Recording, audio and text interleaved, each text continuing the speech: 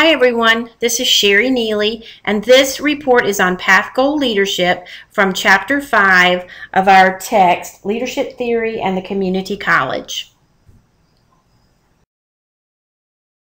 To give you sort of an overview of Path Goal Leadership, this and how it differs from the other leadership theories that we've studied, the Path Goal Leadership is focused on motivating the employees. The goal is to enhance employee performance and satisfaction by focusing on motivation.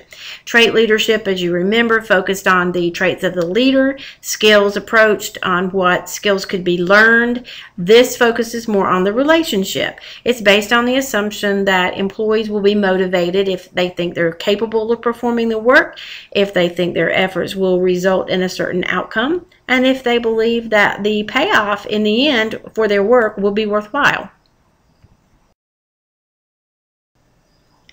It also emphasizes the relationship between the leader's style with two other characteristics, which would be the characteristics of the subordinate and the characteristics of the work setting. So again, we're focusing on the relationship. So in this case, the leader will use the leadership style that best meets the employee's motivational needs.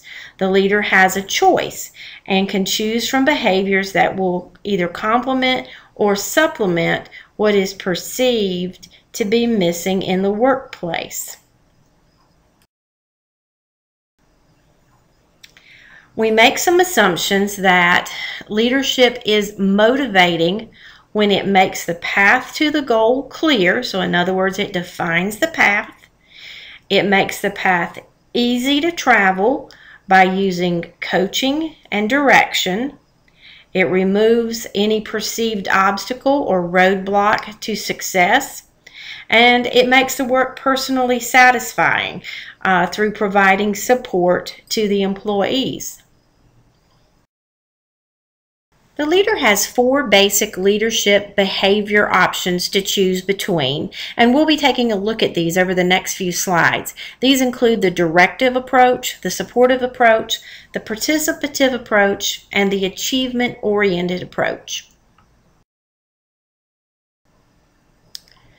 The choice of leadership, which type we're going to choose, would depend on the work situation or the environment, and then in the characteristics of the subordinates. Those characteristics might be how much need for attention the employees have, what is their preference for structure, how much desire do the employees themselves have for control, and then what is the self-perceived level of task ability that the employees have of themselves.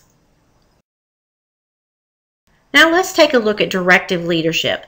This is the most highly structured approach to leadership.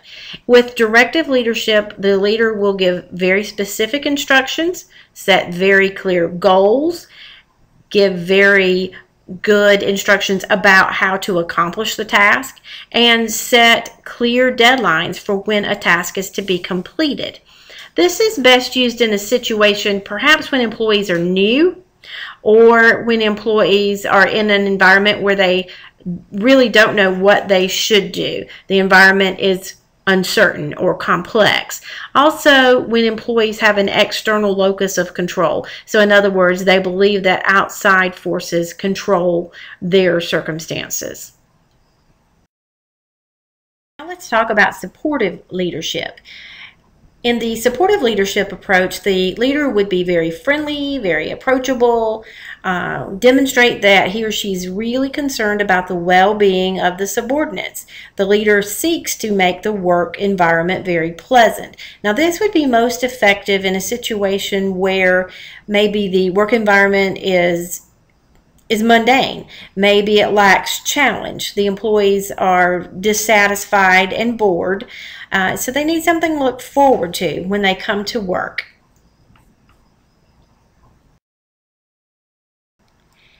In participative leadership, the leader will invite the subordinates to share in the decision making. The leader incorporates whatever opinions and ideas that the subordinates might present into an overall plan for how the group will proceed. This would be best used when the employees have a good sense of what needs to be done. They have an internal locus of control where they believe they're in charge of their life events, and they are autonomous. Maybe an unstructured or ambiguous situation in the work environment would lend itself well to participative leadership.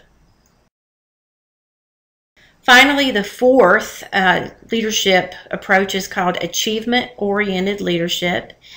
In this format, the leader will challenge the subordinates to perform at the very highest possible level, and the leader will do this by establishing high expectations and communicating to the employees the confidence in them to keep continuously improving. So this would be best utilized in a situation where you have highly competent employees, creative employees, employees who feel confident of their own abilities, and where the work environment is very challenging, very complex, and the tasks are ambiguous. Path goal leadership theory is actually rooted from the 1971 publication and work of Robert J. House in his work entitled A Path Goal Theory to Leader Effectiveness, and this was first published in the Administrative Science Quarterly.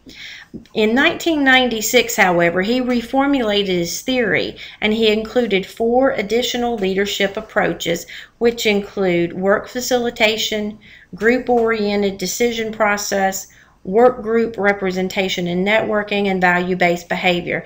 But in essence, the theory itself is unchanged, which requires that the leader identify and supply whatever is missing from the work environment.